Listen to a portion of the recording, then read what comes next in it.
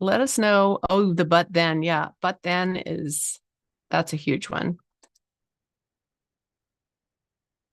All right. So welcome back to our second session on day 3 of the Art of Influence Summit. I can't believe we're in day 3 already. It's been such an amazing 2 days and now the beginning of the third day. So many golden nuggets. Yes, that's what Andres says.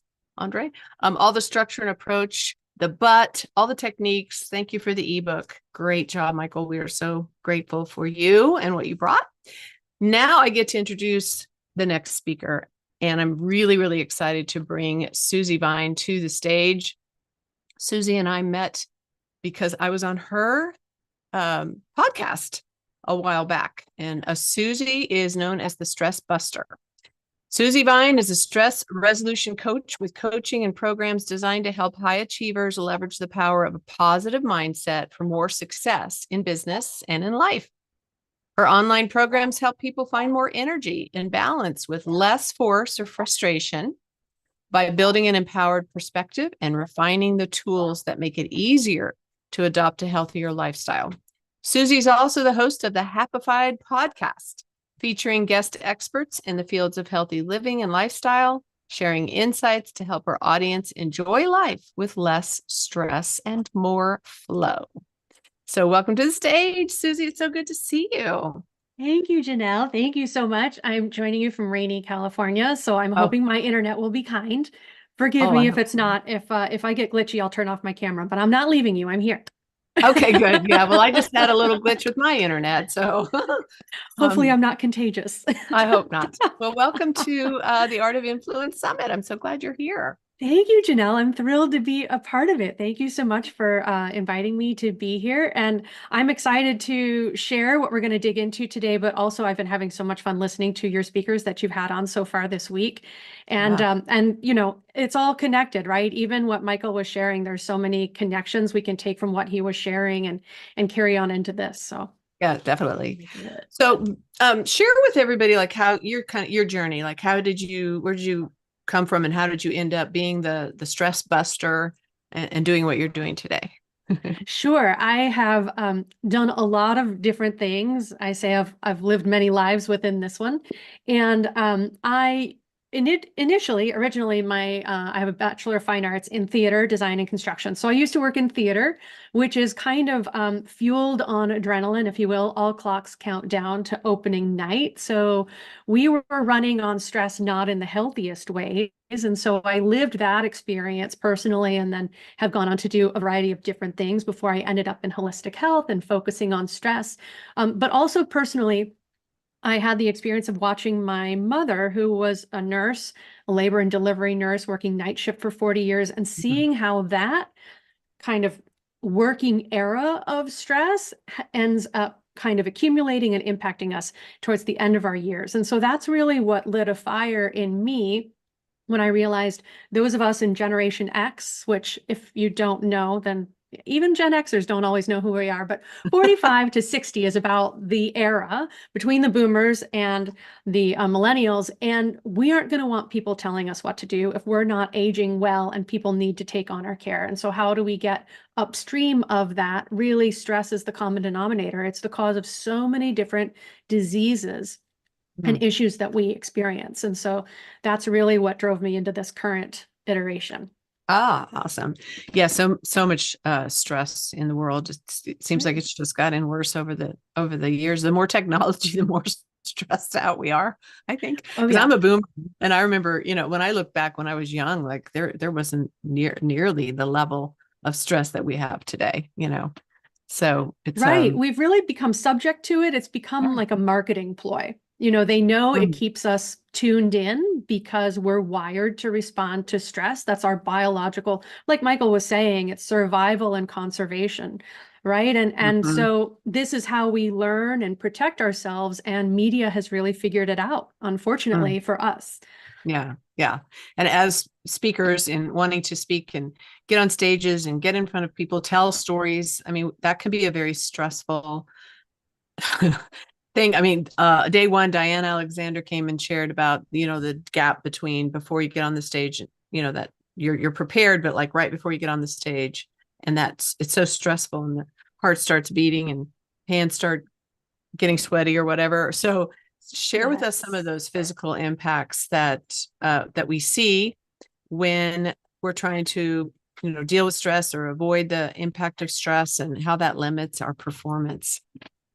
Exactly. Well, and just as you shared, as Diane was describing all of those physical sensations, right? And they say that public speaking, and then she goes on to say, and singing must be even more, our Yes. greatest fear. Yeah. Um, the sweaty palms, just thinking about it, you can probably start to channel some of those sensations. And some of us have been speaking for a long time and still go right back to scratch and kind of work through it every time.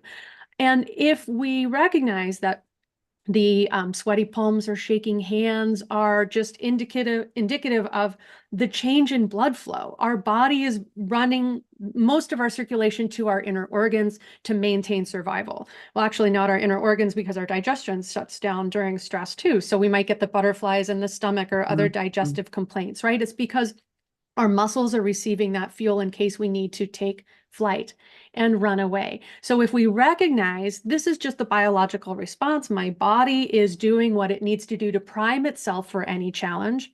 Okay, I don't need to take this personally. My hands are going to warm up. I'm going to get the circulation back.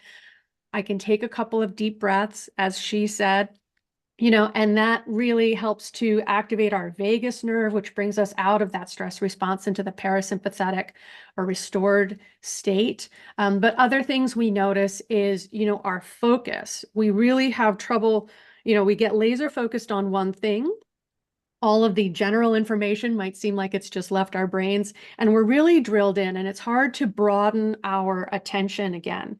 But what that means is that adrenaline is lighting up those areas of the brain. And if we say, okay, I can use this focus, I can turn my attention to how does my audience look? Are they engaged? Are they looking at their phones? How is my tech team doing? Have they got things ready? Are my slides on? Has my microphone on? We can turn our attention where we want it. This is easier with practice, but a lot of times just being aware, we can take control of our biology with practice, with attention, makes it easier. And we can really kind of slip back into that, take confidence in our ability to move beyond that biological response. Yeah, that's really helpful. I know for me, like running the summit, even, this is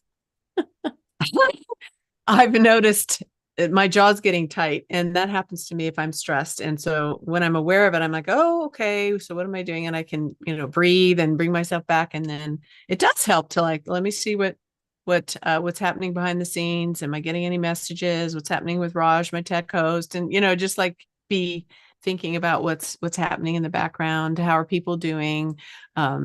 So I hadn't thought of that before, but that's what I've been doing. Just sort of, subconsciously. Right. And then when you recognize that, you can kind of celebrate that. Like, I can handle what's coming up. I'm really aware and tuned in right now. So I'm Yeah. not overwhelmed. I'm not incapacitated in any way. This is my body setting me up for success. Yeah. That's good. So, and I've heard this term before, eustress, I think it is, when stress is Yeah. good. There's actually good stress. We spend so much time talking about stress being bad. So talk about how stress can be a good thing. How can it be beneficial?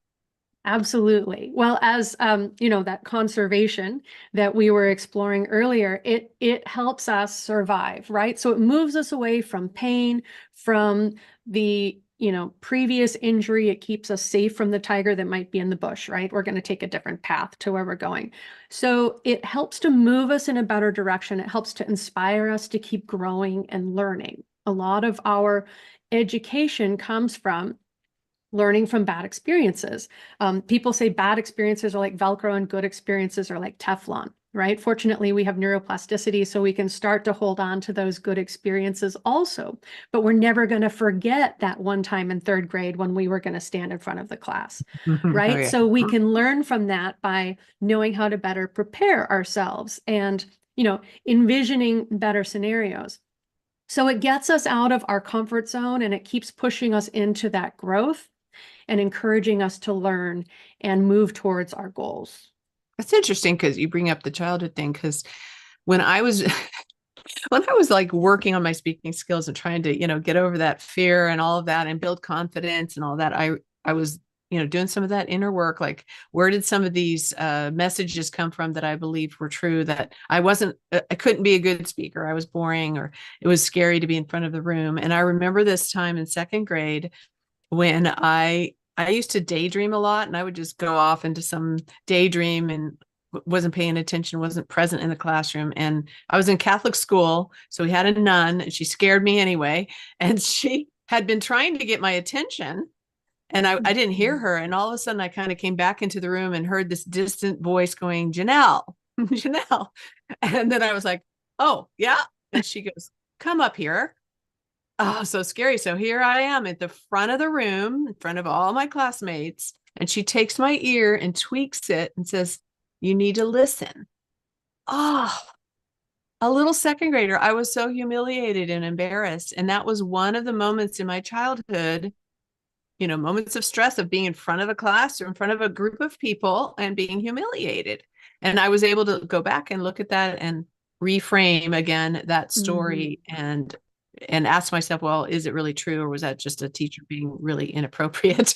But the message as a child, I received, so I could reframe that message and really learn the truth of it and help myself, to, I guess, use that stress in a good way, good stress too. Okay, that's not true. I'm not going to be humiliated. I'm going to learn these skills and be able to speak in front of a room with confidence. So I think Yeah, that's really cool.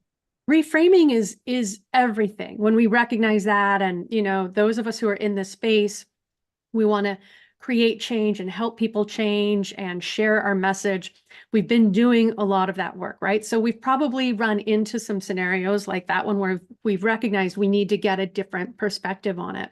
Yeah. And some people just have that, that perspective that this happened to me, it's limiting, I can't change it, I can't do that. And some of us recognize that's where we really get to dig in and ask, what did I learn from that? What tools have I gotten from that experience, right? You probably were a little bit better on attention after that, completely embarrassing experience in that class, even though we would say that's not the way to go about it. It Yes. had its effect.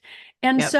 so recognizing how we're able to change our perspective on things and then putting that strength to power is really helpful, because we can use that in so many different situations, not those really mortifying, kind of pivotal experiences, but all the time when we feel like we didn't ace a presentation, when we feel like that report didn't go over as well as we wanted, or this team experience wasn't just right. If we can go back and look at it and not only count the failures, because that's our stress brain speaking, but look at what went right, where's our opportunities to do differently, then it turns into a growth experience. And that growth mindset is really fundamental too, and in having a little bit less stress driving our reaction to things.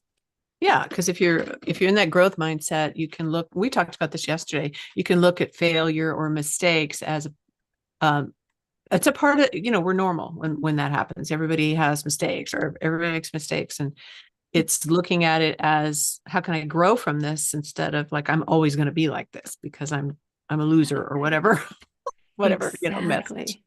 The little voice in your Yeah. head, right? Yeah. That little committee that we get to know. And I Yes. know we've been looking at that this week too. Yeah, Karen kicked off the summit with talking about those saboteurs and the judge and everything. So I'm curious, guys, how many of you have ever been in a situation where you've been in front of a group, in front of a room, and maybe you didn't do as well as you wanted to, and you had had a bad experience, maybe even in childhood, that is either, now still bothering you when you think about speaking, or maybe you've overcome it. Anybody here have an experience like that, where you've been in front of the room and it didn't work out very well, and it's bothering you still? Just throw that in the chat, because I think it's really helpful to know you're not alone. And that, when other people have experienced that, and then yet here they are speaking, that means that, hey, you can overcome that. And that reframing is so super helpful. So cool. So yeah, drop that in the chat. I can't be the only one that's had that experience, that's here, wanting to be a speaker. Right. So So talk to us. I know you're oh yes, the nuns were really dastardly, some of them. Um, Tim says I've overcome that fear by squeezing my fists. Interesting. That brings you, that's sort of like a PQ rep, right? It brings you present into the moment and to your tension to your body. Yeah, good suggestion. Yeah, I like that suggestion. It is like the PQ rep. It really, right, it puts you back in control instead of you being only in reaction or response. Like, all right, here's where my energy is going. And it shifts your attention, Yeah. right? And so, yeah, puts you back. Yeah. And Center stage. Tricia said she remembers the most data-filled, boring talk she gave to a chamber. Yeah, I've I'm done that. guilty of that. Yeah, I really Yes. needed to hear Michael say we don't need more data. We can find Yes. data ad nauseum online Yeah. because we want to be persuasive when we're speaking, right? And if we're nervous that people aren't going to like us or what we're here to say, well, I can call on facts and that'll win people over. So it's true. We get more when we're able to be present and be a little bit more vulnerable and personal and making that connection. So Yeah, absolutely. Absolutely. So I love the name of your podcast, Happified, and you're really into positivity. Just, that's your perspective that you go to. So talk to us a little bit about positivity. Why is that so important um, in speaking and probably any place in life? But we're talking about speaking and presenting. So right. how's positivity going to be a help for us? Well, I kind of stumbled into the field of positive psychology as I was digging into stress. And like everyone initially, I thought all stress is bad. We need to move away from it. And then stress. Okay, so how do we find that balance in all things balance? And then this research coming out of positive psychology, Sean Achor has written brilliant books. They've done a lot of research in Harvard and looking into this. And we've actually been able to, through the research they've been doing, take a look and see that people are more successful when we are generally in a positive state of mind. And that is definitely not the toxic positivity where we pretend everything is going to be okay. It's sunshine and rainbows. We're ignoring the harm or the threat or the potential problems, right? We need to be able to take a look at any of those things and see positive potential so that we can navigate through it and succeed. So we can be more successful at work. In speaking and engaging with teams, we're more receptive to feedback. So that helps us grow. It actually, when we're positive, right, we all know that dopamine is the neurotransmitter we want more of. Dopamine lights up our learning center. So when we are feeling more positive rather than negative, it's easier for us to learn and retain information. We don't only have to rely on stress to drill in those facts and figures. And it helps people improve in sales. They've measured doctors who rate themselves as more positive are like 19% faster and more accurate in making diagnoses. So it really helps us be more present when we're not weighing all of the negative potential that could be going on in the world. And another one of the areas, where you can look, we were already talking about media, we can look at something negative and that changes our perception for up to 8 hours later. So watching news in the morning, watching news right before we go to bed can really affect the way that we view things. And the other side of that is looking at something more positive can change our perception. We see more positive aspects to what we're viewing after that positive priming rather Yes. than negative priming. And so, we can look at ways to integrate that to build that positivity set point so that we can experience those benefits, right? So we can be more present and aware, we can take feedback more easily, and then that growth, right? That's the kind of snowball and momentum that we want to be building. So it's really like being intentional about putting positive things before your eyes, and listening to positive things, and like putting yourself into a positive environment by what you're listening to and looking at what you're thinking. And I think, I feel like default, and maybe it's because there is so much negativity around us, default to that negative, but if you can intentionally start really putting yourself in a positive mindset and then make that a habit, then you'll find yourself, being more positive more often, and look at all the benefits from that. So Tim said you can't do bad when you're doing good. I love it. Absolutely. Yes. So, okay. So there's probably people sitting here thinking my life's crazy. I know, like getting ready for this summit, I could definitely say my life has been crazy. So how do I find time for recovery? How do I find time to be intentional about being positive? Or, like we get in this, blinder state, right? When we're busy and we're just so into that, and it's hard to step away. So how do we do that? Yes, and as I was saying earlier, in theater, in medicine, there are industries where we get ourselves into in speaking and giving presentations where we find out that we thrive on adrenaline and we think, well, that worked, so I'm just going to rely on that again. It's okay that I get myself so stressed out, I can't eat, I can't sleep before I do a presentation. I'm just going to run with that. That's the fuel I'm going to draw on. And so it is hard to switch tanks, I like to say, and to find time for recovery. And so I think it's important to recognize rest is invaluable. We really need to take the time that it takes to get rest. So I'm not saying we can skimp on sleep and do a 5-minute self-care fix and that's going to tide us over. But there are things we can do to bring ourselves a little bit of joy, a little bit of relaxation that might only take 5 minutes. Getting up and stretching during the course of the day. That's why Pomodoro technique is so wonderful. You get your focus time and then you get away from the screen. Just eating something that brings you joy, right? I encourage people to make a things that make me happy list. And there might be a weekend away skiing, and there might be eating an amazing salad with fruit and nuts and cheese or whatever, right? Like one of those really fancy little salads you're never going to make for yourself, but maybe you can go out and order for lunch. So little things that you can pepper in that are going to lift your spirits, turn your day around. I like to have that list so that when I'm stressed out and I can't put any brain space there, I can pick something and shift things. So a little things that make me happy list is something that I enjoy doing. But also, and in my free gift, you'll get a list of exercises.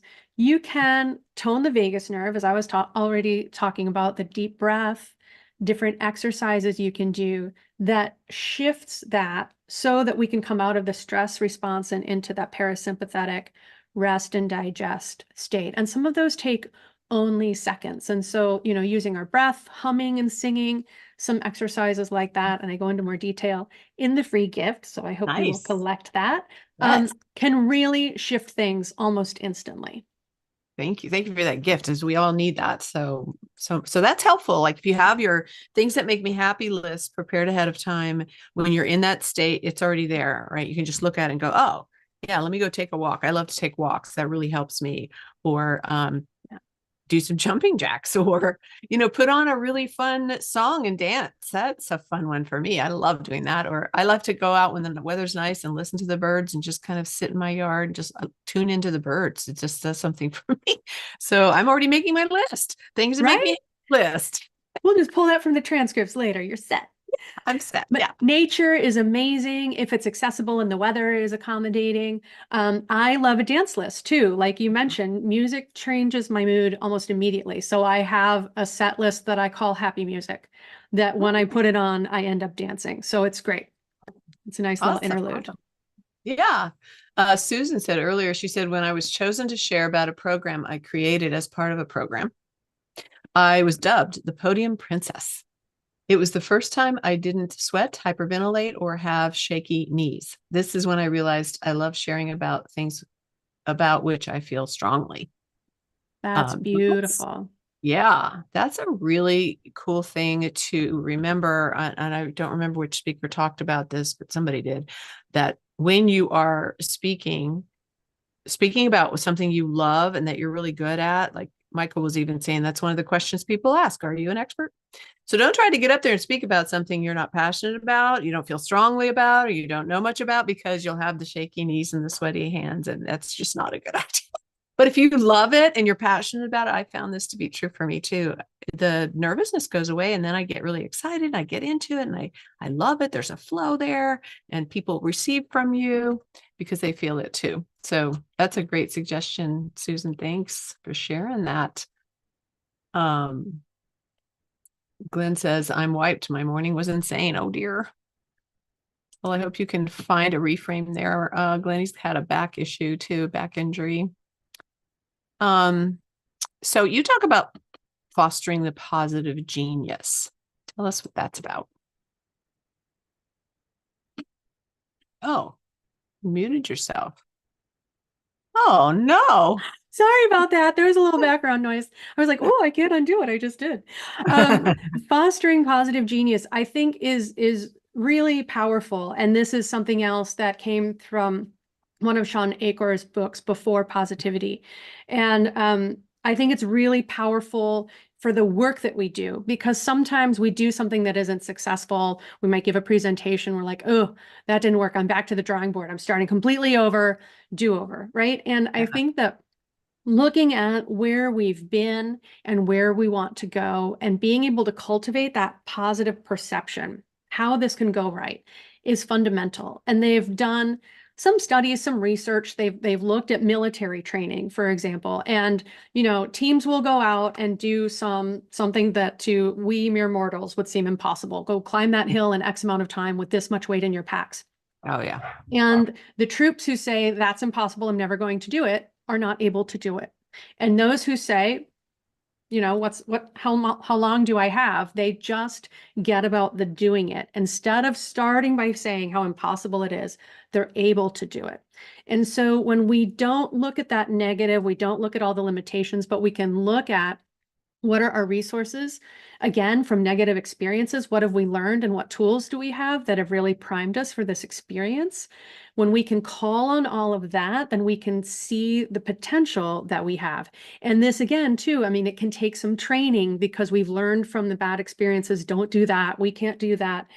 And we can start to reprogram ourselves. Well, I've done this before, and I can draw on this, and I can collaborate with this, and I can call on them. And then we can really build that case for success rather than getting stuck in the why can't we? Yeah. I mean, if you tell yourself you can't, you can't. Tell yourself you can, you can. You'll find a way.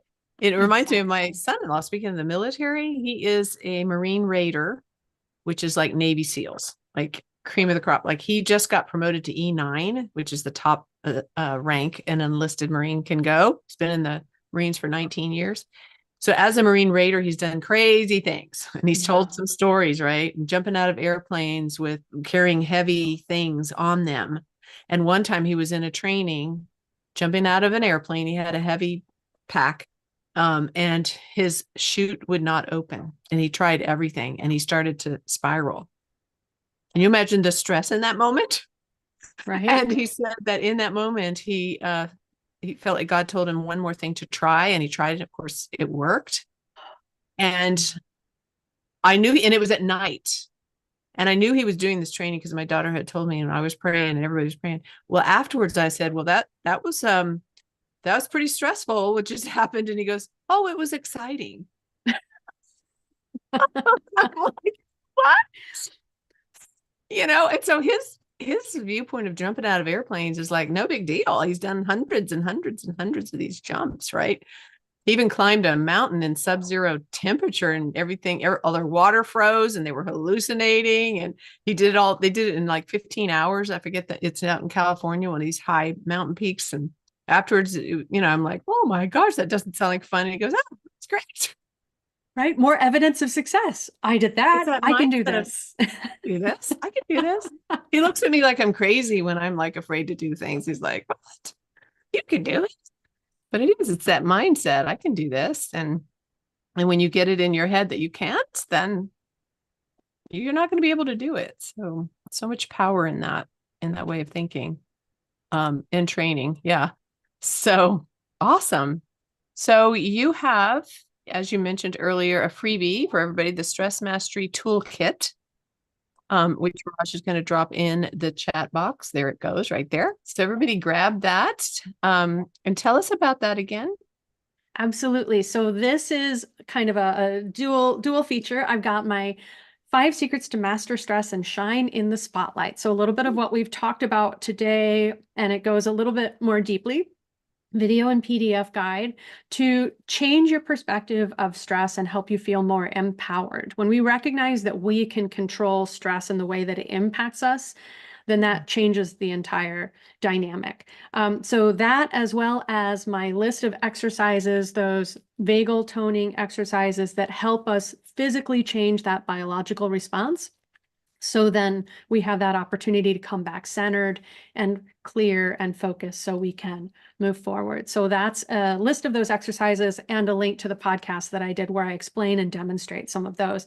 And I've heard really amazing feedback on that, even to the point of one client I've been working with was having vertigo. And when she does these exercises, it helps her kind of tame that stress that's influencing that, really minimize those. So it's amazing how far reaching stress can be, causing headaches, causing digestive issues, and that sort of thing. And so once we recognize we have these tools, at our disposal, then that changes everything. Yeah, I'm gonna have to try that. I get vertigo sometimes out of the blue. So I never thought of it being stress related. So I will try those exercises. Yeah, Awesome. the vagus nerve goes past our ears, down our throat. It innervates all the major organs. Oh, And so with that balance here in the ears, it can let me know if that helps. I will. That is amazing. And so you also have a VIP gift. So you all who are VIPs, you're going to get these VIP gifts in an email tonight. Sorry, last night's went out this morning because I thought I sent it and I found out I didn't. But tonight, about 8:30 Eastern time is usually when I send those. And Susie's gift is Destination Success Online Workshop that she usually sells for $97. You have a coupon code with that, right? I do. Okay. Yep. Yeah. Let So me I'll take a put look. that Yep. in the, yeah, I think you gave it to me. Perfect. So VIPs, you're going to get that. Tell us what that's all about. And so that's an opportunity to get together. We'll do a live workshop and take a look at, you can bring a goal that you're trying to achieve or just, an area that you really want to dig into, but we're going to do that. I hold up my little visual aid. We're going to make this map of success, drawing on everything that you've done, where you've had success, things you might have done differently, but how you can create a map to move forward and have that positive vision and expectation so that you can fuel that project more easily. That is super important. I used to do something like that with women building confidence. It was the confidence gene creator, I called it, but it was basically like mapping out your successes and writing them down and saying them out loud and holding, really like embracing them, because a lot of times we just pass right by our successes. And again, we're so focused on failure and negative things. So again, bringing your mind back to this is where my successes are. It can really help build success and confidence and again, that positive mindset. And a lot of times I found with women, they're afraid to do that because they feel like I'm boasting, I'm bragging. And I'm like, no, you're just telling facts. This happened. You had this success. You did this. You should be proud of yourself. You should, embrace it and tell yourself in the mirror, hey, you did this. I did that after I wrote my book. I'm like, you wrote a book. Good job. Awesome. Right? And a lot of times we don't let ourselves really celebrate the things we've done right? Because we tell ourselves we'll be proud of ourselves when we accomplish that goal, but then the goal changes, right? The destination keeps moving, the finish line is further away. So when we set up milestones, we celebrate those successes, then we keep affirming that confidence. I did this and I'm still moving in the right direction, even if that destination keeps refining and changing there in the distance. So absolutely celebrating success. And it really helps to build that confidence as much as, that daily gratitude practice is great for recognizing how things go right for us and building that positivity set point. If we record the couple of things that we did well every day, that builds our belief that we can keep reaching success. That makes total sense. Yes. So make sure that, if you're a VIP, sign up for that. That sounds like a very powerful workshop with a lot of great tools. So thank you so much, Susie. We've got the upgrade to VIP link in the chat. Anybody have any questions for Susie? Go ahead and raise your vertical, your digital hand. And it's under the more there with the 3 dots is where you'll find that, or throw your questions in the chat or comments. What did you get out of this? What are you going to do? I love the things that make me happy list. That was one of the biggest things that I got out of this. And I love this idea of success mapping. and just, you know, being ready to move your brain into the positive. And then the idea of having some exercises that you can do to calm that vagus nerve, very helpful. So what have you guys got? Any questions, any thoughts? Mapping is a new area for me, Glenn says. Anybody have any questions you want to come on and ask Susie? This group has been kind of quiet. Glenn's usually the one with the questions, but he's probably flat on his back today, unfortunately. Sending you some healing energy, Glenn. That back injury gets better. Awesome. All right. Well, thanks again, Yeah. Susie. This has been fabulous. And I invite everyone to come back tonight for the wine hour or stay here. And I know Michael said he would be here. Some of the other speakers. I don't know, Susie, if you can come back. Yep, I'll be back online for that tonight too. Awesome. All right. Sounds good. Yay. All right. So I'm just checking the chat to make sure I'm not missing any questions. Okay. So thank you so much. It was great to see you again. They're giving you a lot of love in the chat. The positive exercises and mapping. Thank you, Susie. Thank you, Susie. You're a real gift. Thank you so much, guys. Thrilled to be here and join you and keep getting some great inspiration from this event. We've got a day and a half to go. I know. We got so much more to do. Awesome. All right. Thank you, Janelle. Yeah, it was great to see you. Thank you.